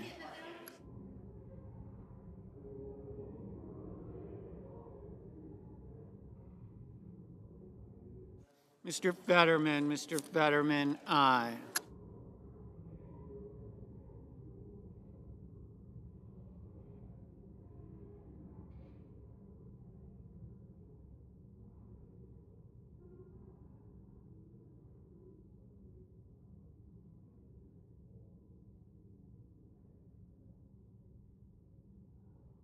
Ms. Collins, aye.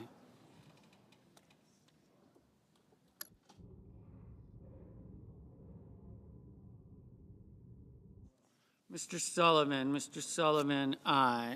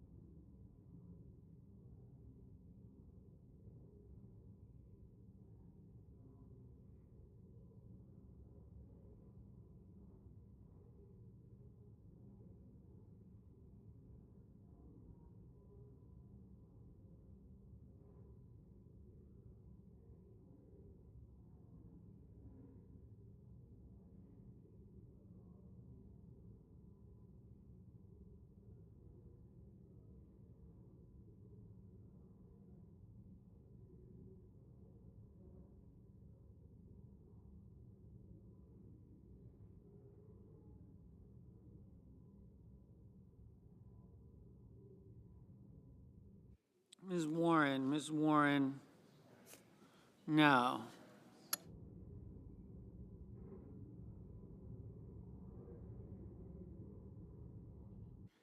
Mr. McCormick, aye.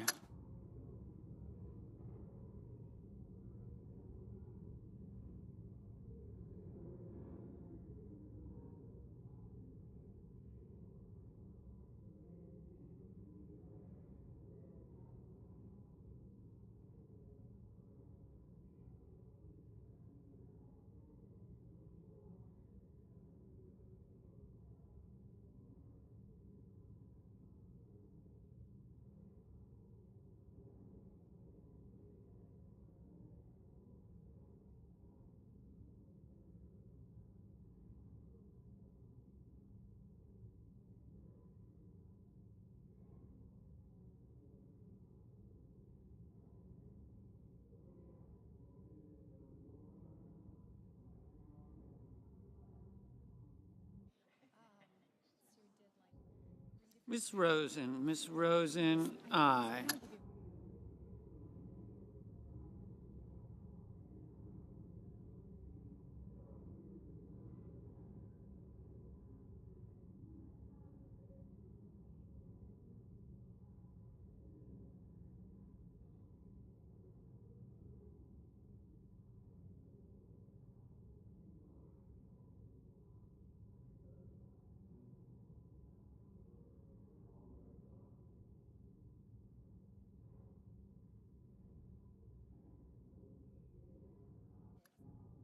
Mr.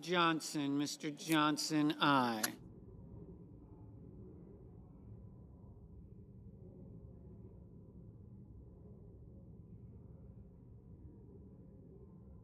Mr. Hawley, aye.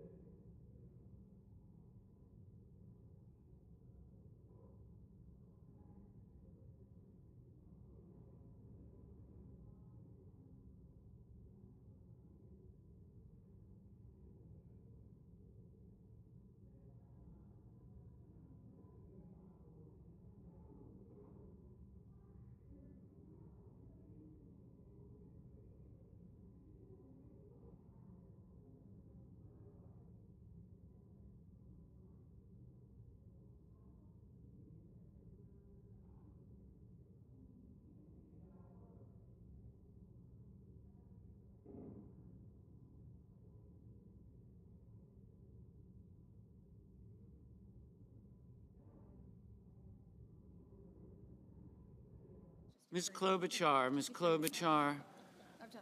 aye. Mr. Mullen, aye.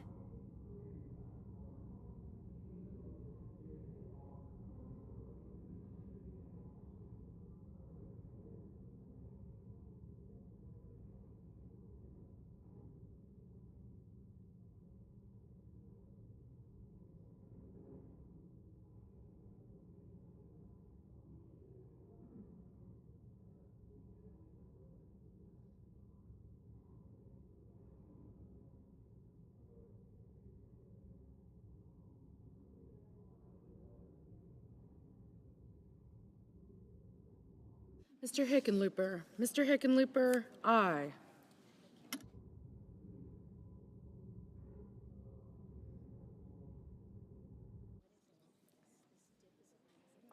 Ms. Blunt Rochester, aye. Mr. Bennett, no. Mr. Rounds, aye.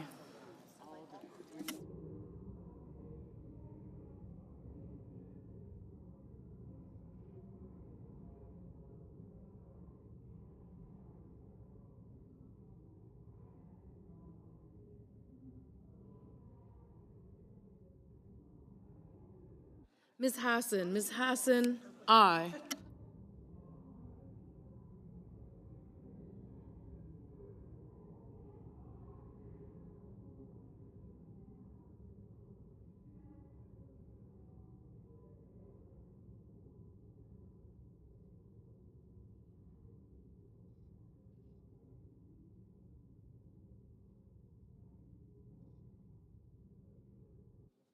Mr. Blumenthal, aye. Mrs. Height-Smith, aye. Mr. Cassidy, aye.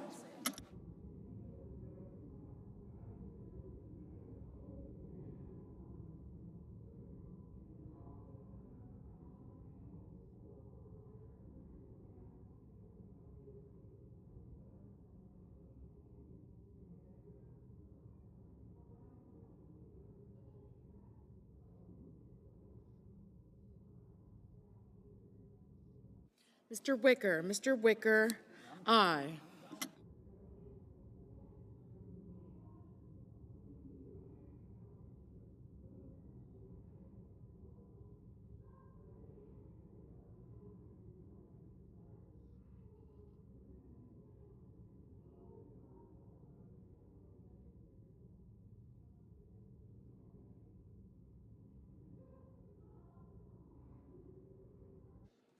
Mr. Grassley, aye. Mr. McConnell, aye.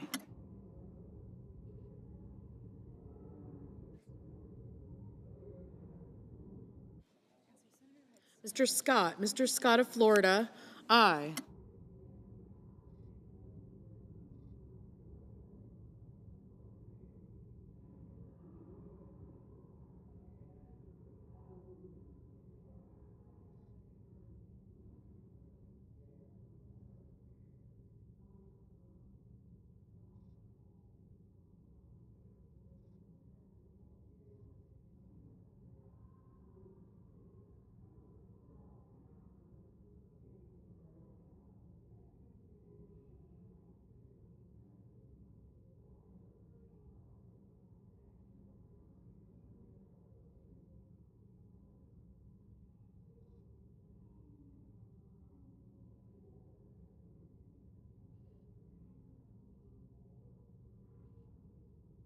Mr. Sheehy, aye.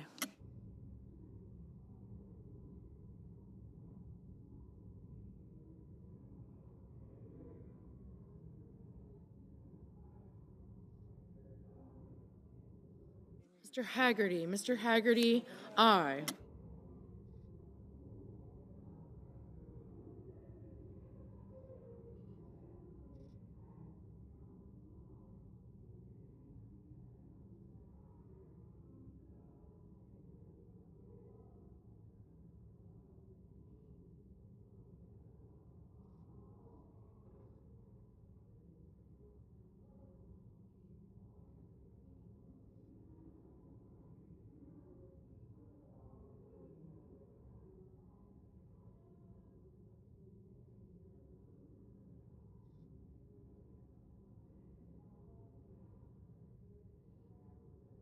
Ms. Cantwell, no.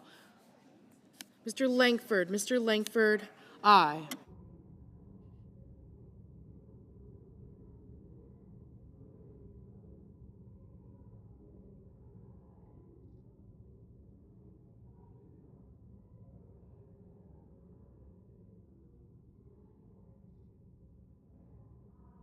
Mrs. Blackburn, aye.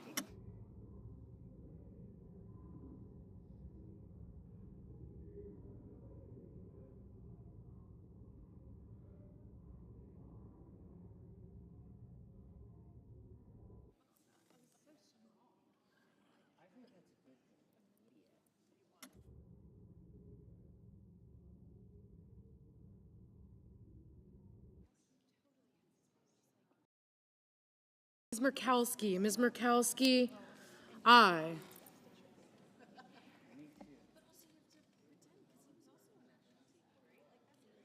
Mr. Banks, aye.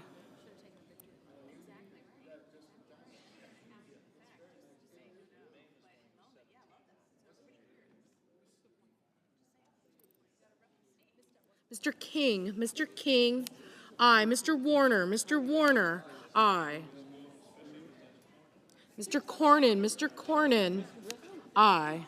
Mr. Daines, aye.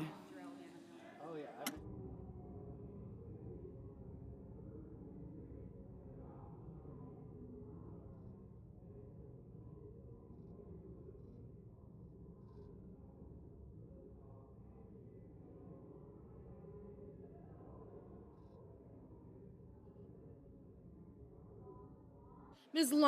Lummis, aye.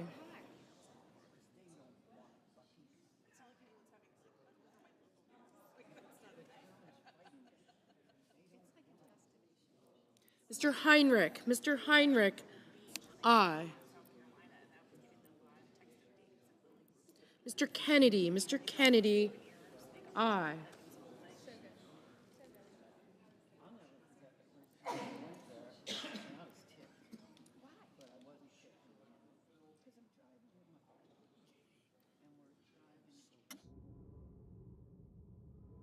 Mrs.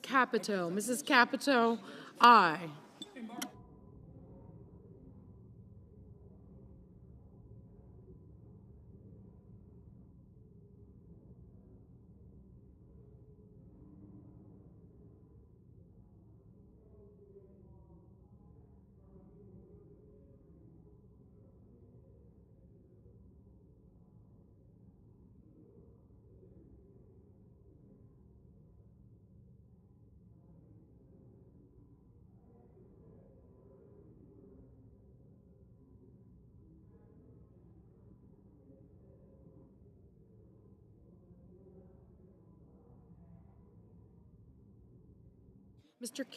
Mr. Kane, aye.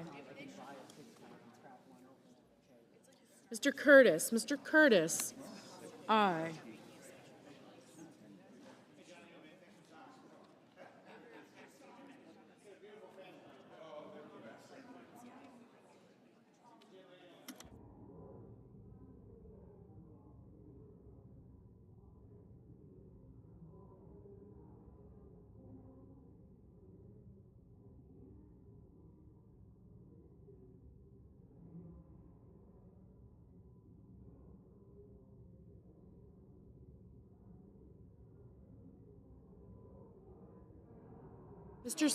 Mr. Scott of South Carolina, aye. Mr. Ricketts, aye. Mr. Risch, aye.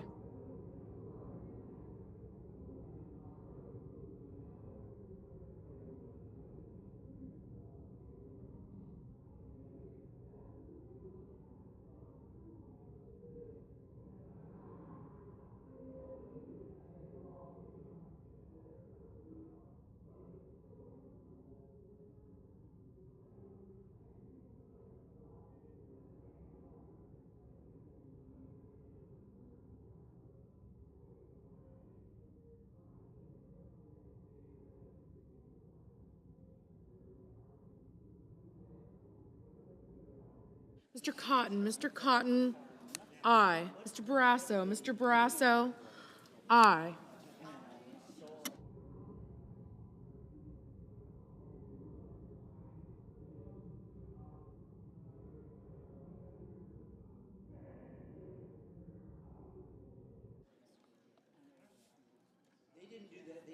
Mr. Kelly, aye.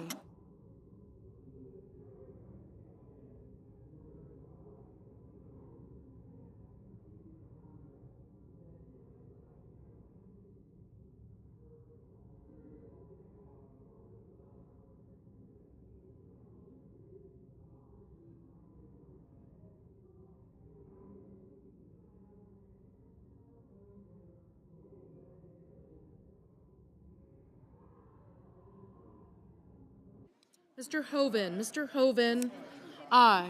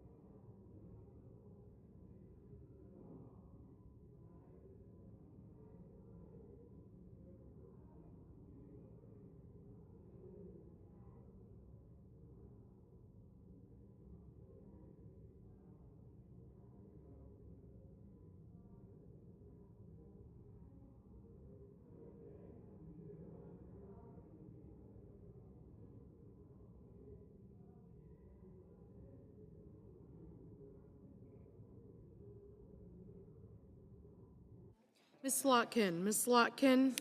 Aye.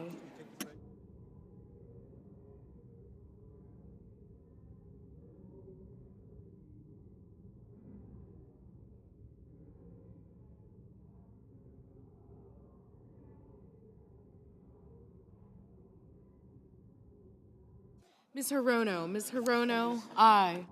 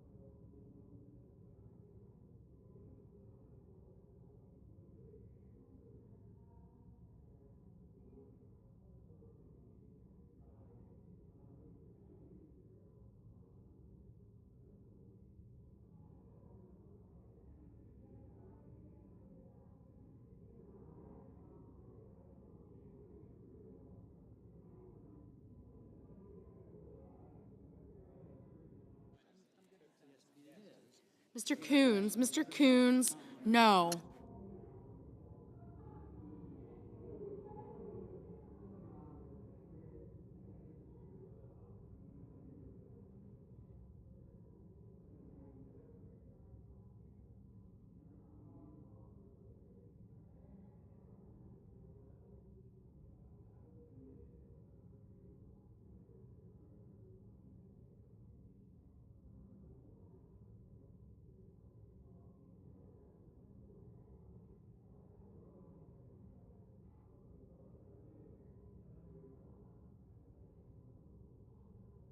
Mr. Merkley. Mr. Merkley. No.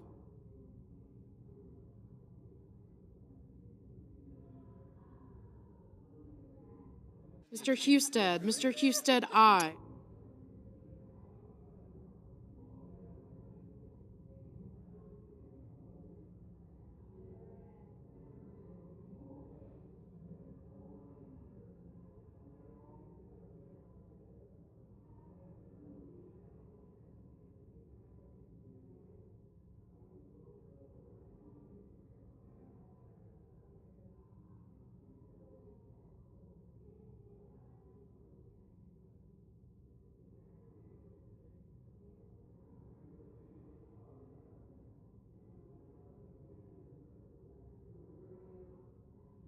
Mr. Bozeman. Mr. Bozeman.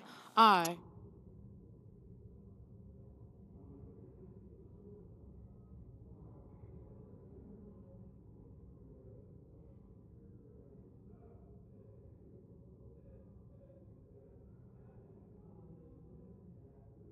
Mr. Schumer. Mr. Schumer. Aye. Mr. Coons. Mr. Coons.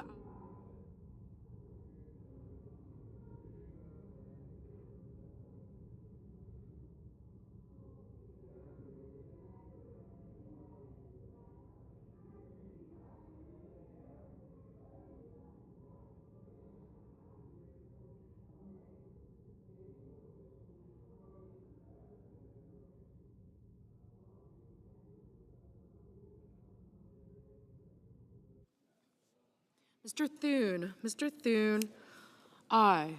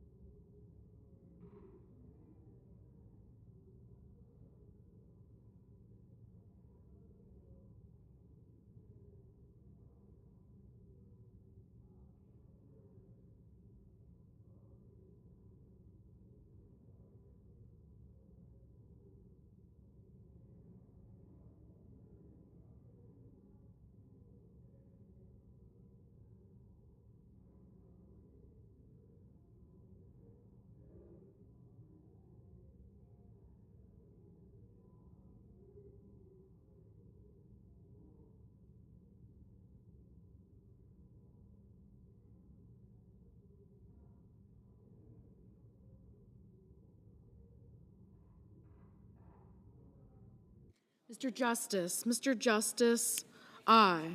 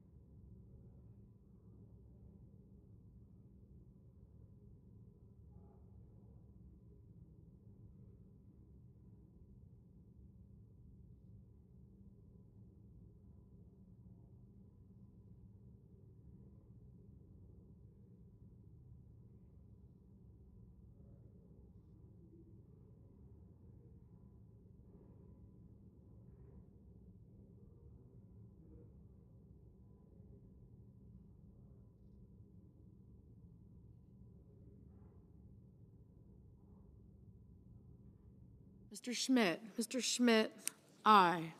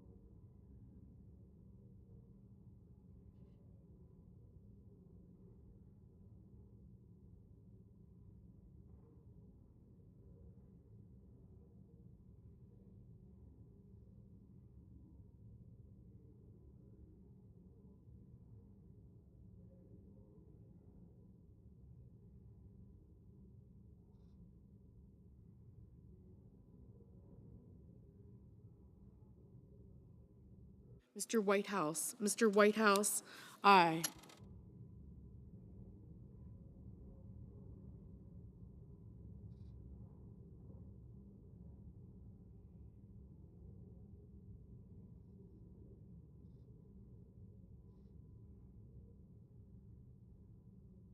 Mr. Cruz. Mr. Cruz, no.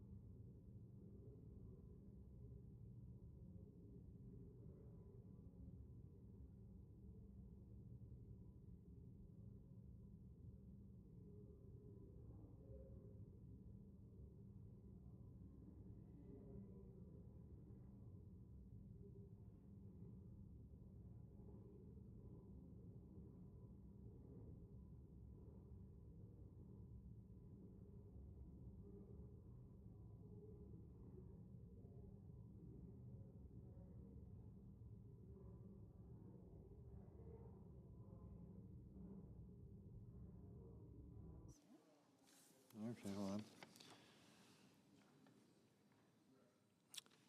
On this vote, the yeas are 76 and the nays are 20. 3/5 of the senators duly chosen and sworn having voted in the affirmative, the motion is agreed to.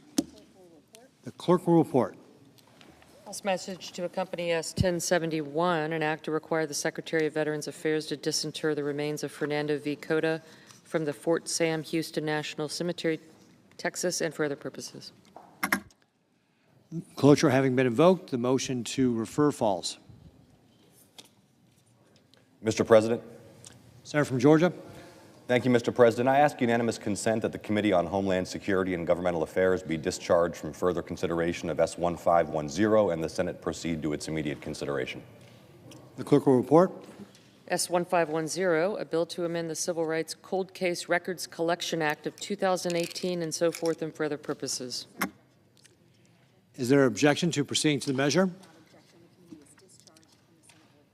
Without objection, the committee is discharged and the Senate will proceed.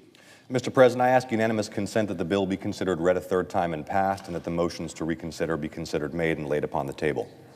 Is there objection? Without objection. Thank you, Mr. President.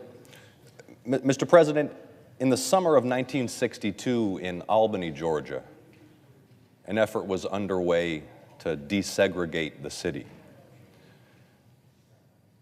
And a young woman named Marion King participating in those efforts, carrying in her arms her 3-year-old daughter, and 5 months pregnant at the time, was brutally beaten for demanding the desegregation of Albany, Georgia. That was July of 1962. And Mr. President, just this week, the Atlanta Journal-Constitution announced that the Cold Case Records Review Board, whose purpose is to investigate civil rights cold cases, the beatings, the killings and lynchings, the intimidation, cases that were never investigated and never solved, especially in the Deep South, especially in the state of Georgia during the civil rights movement. That review board will soon release the full investigative files from the beating of Marion King in Albany, Georgia in July of 1962. Mr. President, there is no expiration date on justice. And Mrs. King, who was a Spelman College graduate, married to a prominent Albany civil rights organizer, Slater King, she still deserves justice. And the work of the Civil Rights Cold Case Review Board is helping take a step toward justice in this case. Mr. President, in 2022, Senator Cruz and I worked together to pass into law a bipartisan bill that extended the work of the Civil Rights Cold Case Records Review Board. This vital work, pursuing justice in cases that were swept under the rug, some of the most brutal crimes in our nation's history, targeting Black Americans in the American South in the Jim Crow era and during the Civil Rights Movement. We passed that bill in 2022, and Mr. President, I'm grateful for the unanimous bipartisan support of the Senate tonight in passing the Civil Rights Cold Case Records Collection Reauthorization Act. The Senate has just passed this bill, which Senator Cruz and I again have offered to continue this vital work, pursuing justice in civil rights cold cases. And as divided and bitter and hateful as American politics is today, for the United States Senate, Democrats, Republicans, and independents to stand together with one united voice demanding justice for the victims of these civil rights crimes is a much-needed breath of fresh air. We must continue working for justice for these victims, for these survivors, for these families, especially the families of those who were killed, and continue our work to safeguard civil and human rights in the United States. Thank you, Mr. President.